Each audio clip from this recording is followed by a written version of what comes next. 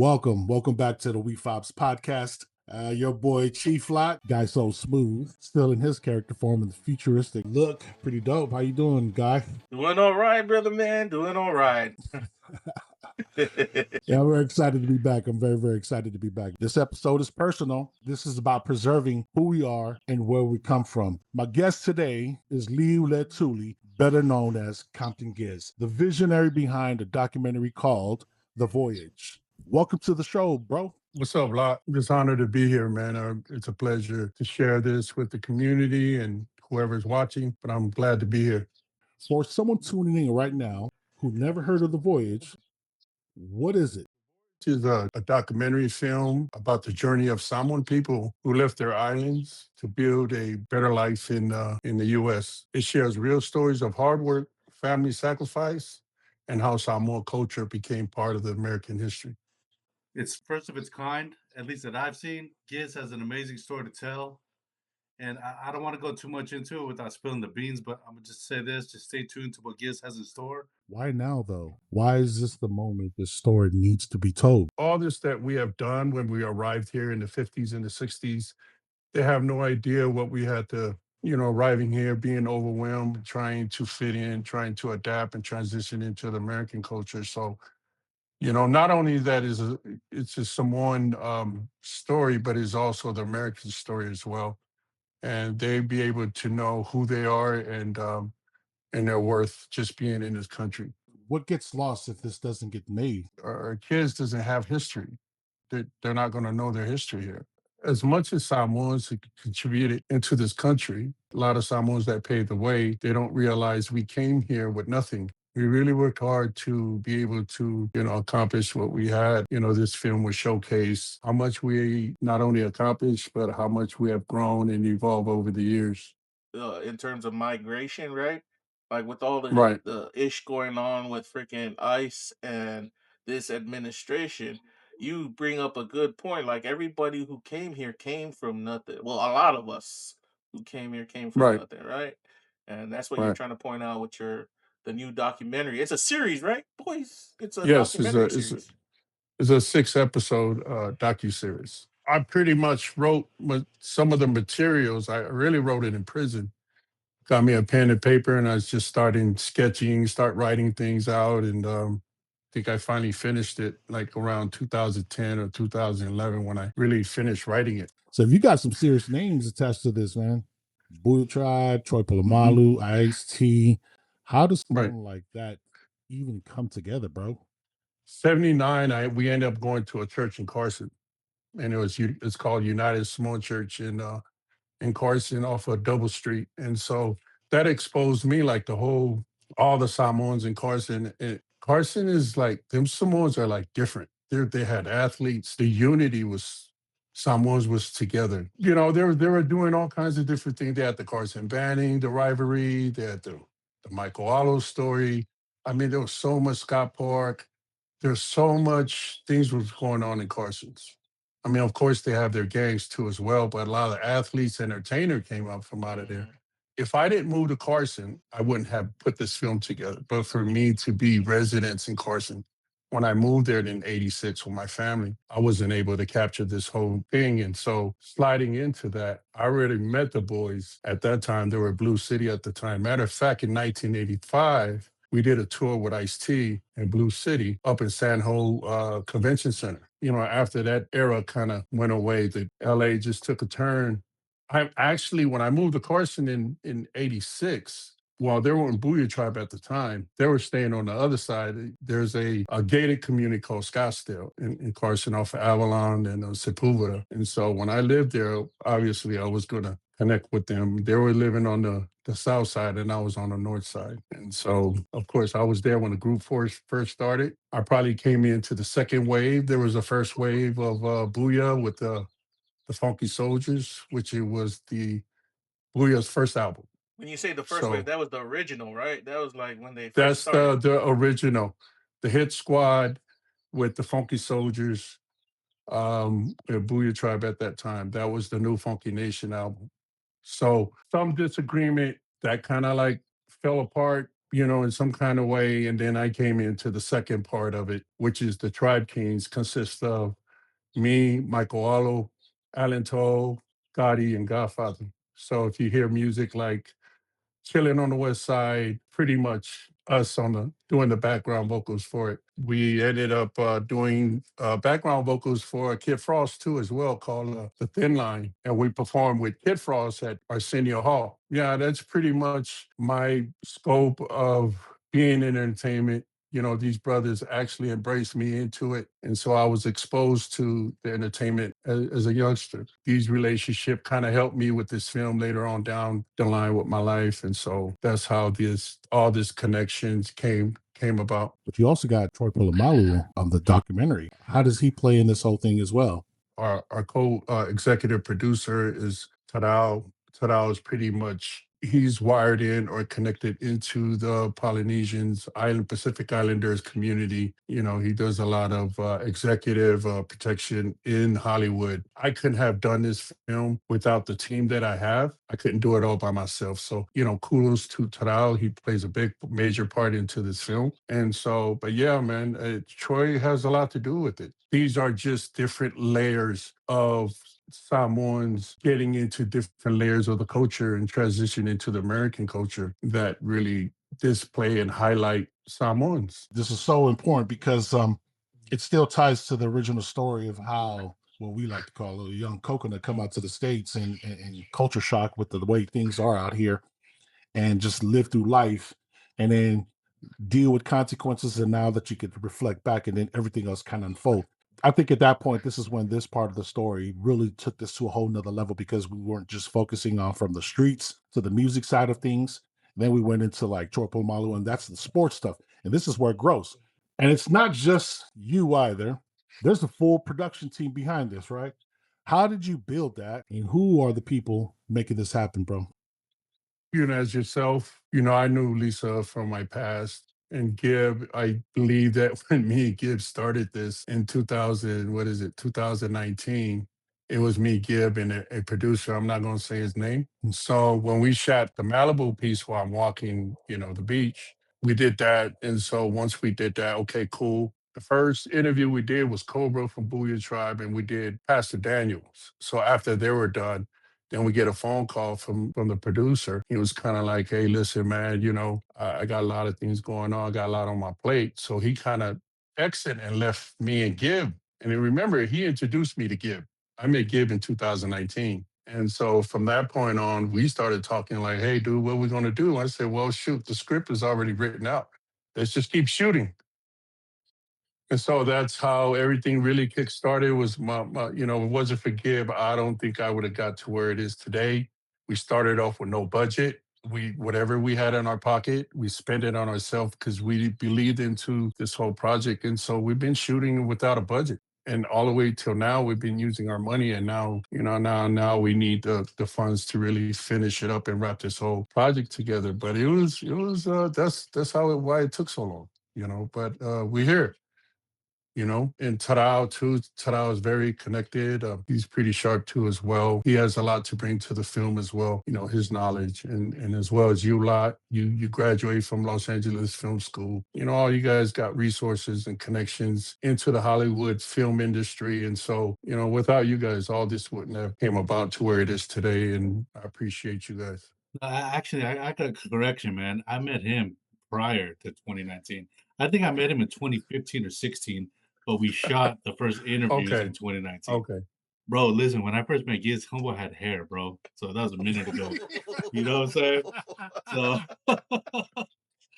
Yeah, yeah, hey, yeah, but yeah, for Giz sure, knows, man. man. It's at the end of the day, it's all love, bro. Like, Yeah, I know. whatever I happened know. in the past with the previous producer, hey, man, I came in as a cam op. Yeah. I knew nothing about the story. I came in as a cam op. Hey, man, this guy dips out. I'm like, Giz, we gotta figure this out, bro. Let's just keep Yeah. shooting. And here we are. Yeah. So that's how it happened, man, for reals. What platform are we gonna be able to watch the documentary on? Well, at this point, guys, we're doing this independently, but as of right now, we're planning on syndicating this film. But let me clarify the reason why we went independent. And so when we had enough to show, people what we had. And so we had a Zoom meeting with a few film guys, and they would look at what we had and they were like, what do you guys need us for? It looked like you guys got it all dialed in. Yeah. You either can go to Hollywood and they'll sign you a check and then kick you to the side, or you could just, since it's your people's story, why don't you just go independent and do it yourself? You got bulk of the work already done. You just got to go out and swallow your pride and ask your people for the money. And that's where we're at today. Timeline. So the movie, you guys started trying to put it together by 2010, 2011, right? That kind of thing happened. Yeah, for sure. The ideation was around. I mean, So obviously, what? years ago when Yeah. he was still incarcerated. So So I'm trying yeah, to tell people Right. that timeline, if anybody remembers, Hollywood was big back then, but then there was a transition into independent filmmaking, which I think, even though you all are saying it's been a long time, the independent push Right. all of you are doing coincides with the approach now, this age. I just wanted to put correct. it out there for all the Sure. viewers. Like, they're on cue, guys. So if as we're doing this podcast, look up the description. You've got their website there and their GoFundMe. They're going to talk about it a bit more. Breaking it down for the people, man. What does it actually take to make a documentary like this? What goes into it? I know there's some travel things coming on, more interviews that needs to be completed. Talk about that. It is a 6-part docuseries. We do have a few more interviews to wrap up the first episode. We have a handful of interviews in Samoa that we need to wrap up. Samoa Live and film. direct, baby. So we're gonna do that. On the tail end, we're gonna head to Hawaii for another couple of interviews. Then once we get back to the mainland, we have a U.S. tour with multiple states, as well as we got to hit the Bay. San Francisco. Damn, you guys going through From all what I the hot understand, spots. for Damn. sure, man, we got to go Utah. I think Tennessee and possibly Texas. Maybe we'll see. We'll see what we have in store, guys. Yeah, that's a tall order, man. So, Guy, you got that GoFundMe on that page, right? Yeah, We're hit gonna that need your help, GoFundMe up, guys. people, Hit that GoFundMe, please. man. There's a lot of details in that. It takes a lot of equipment, travel time. There's so much things to get this document completed. 6 series, docu-series. Majority of it's already done. We just got to just finish it strong. So check the GoFundMe link and start from there, and your help will be very much appreciated. We also believe this was built by the people for the people, man. Where are you at right now in this process? Because it still gives, this is all you, brother. What's already been done and what's still ahead? That's why we're here. We actually trying to raise funds in any way we can to really wrap this thing up. So it's going to take our trip to American Samoa, Hawaii, and then the U.S. tour. That's pretty much the scope of the work. But yeah, believe that it just all comes down to funding, and that's all it's going to take. Post production, editing, getting producers, directors to add them to the film, and to really dial this film in. To get it where it needs to be. Do you have off the top of your head a number, a ballpark number for funding total? I'm gonna let Lot answer that. Uh, Lot is our number guy. We're looking for about 75K to get all this stuff wrapped up. There's a long list of things that needs to be completed. Of course, we're trying to get the American Samoa to shoot our pilot, the story to start it off, and capture all of our leadership people that can talk about the historical moments, about our history. Still plenty of people that we need to, but we've condensed the list down, and that requires a lot of traveling. Yeah, we need the help. So the number is about 75K to at least get us going so we can continue where we're at. We're damn near tapped out. So it's very, very important that we support the rest of the effort. GoFundMe has all the details, the plans, and then join our social media too. That's where you can see all the live and direct from the creator, Giz, and the team behind it that's building this stuff. so when we attach the links, before, if we can say it out, what are they looking for to the It's Paradise Valley North Paradise Productions. Valley North Productions? Correct. If anybody wanted to come on in terms of investor, in terms of potential other executive producers, are you guys open to that? For those that are interested in sponsoring what we're doing, invest in the project, you can go to the website and the sponsorship tab. It has all the details of everything that you can that may be a good fit for you. And Your boy is doing the music, so anybody in the music side that wants to jump on and help us out, I'm going to be in charge of the score and the soundtrack of this. There is some talks that we plan to do for that. Holler at us, but go to the supports on the website. You find all the details. If you have any questions, you can email us directly, and someone will get in contact with you as soon as possible. Yeah, so Giz, paint the picture for me. When this reaches a global audience, what does that moment feel like for the community?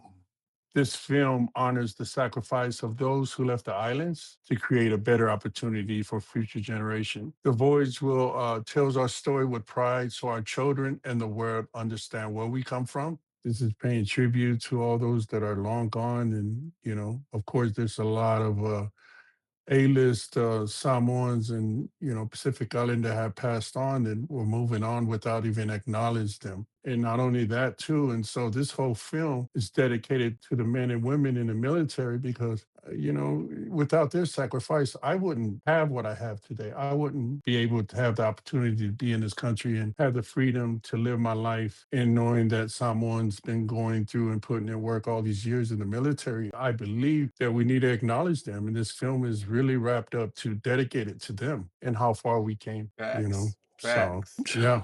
They hit the fuckle, man. Very, Bro, very, very deep. Like I said, man, it hits the current times. We're dealing with immigration statuses and freaking ICE. And man, a lot of people need to grab that feel good story. I love what I'm hearing here.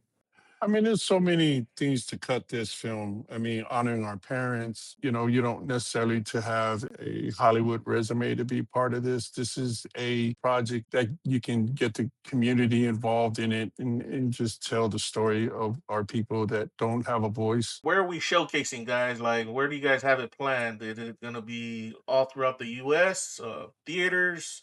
You going to backyard theater? What's up?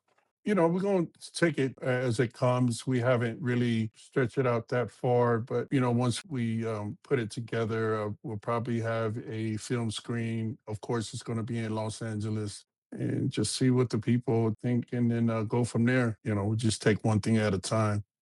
There's also the You know, approach of Netflix. If you want to yeah, make of it a course, YouTube movie, man, like I said, you right, guys are in a time where independent filmmaking is at its best. So, right, our brother right. Gip Right. knows, brother Yeah, Lot knows. right now, like I'll back up what you just said, man. Right now, it's about independent filmmaking and original content. I mean, that's what it's about, guys. And I mean, this hits the nail on the head. I mean, it tells a story about your ancestry and how you guys came here.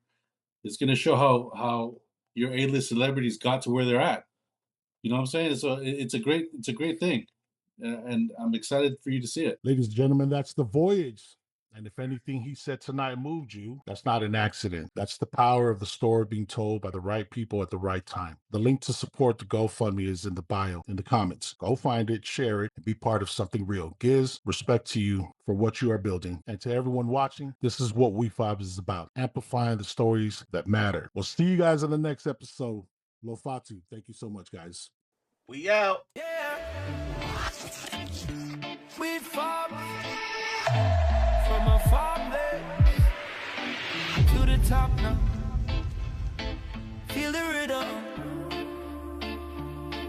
Yeah. We fought from a far place. Came with a suitcase, no place to call home. Just a whisper of a dream on a brand new road I roam. The city lights were loud, the language felt so strange. But every stumble, every lesson was a necessary change. They call me fresh off the boat, a label and a just a new beginning. A tough climb, put my spirit to the test, but I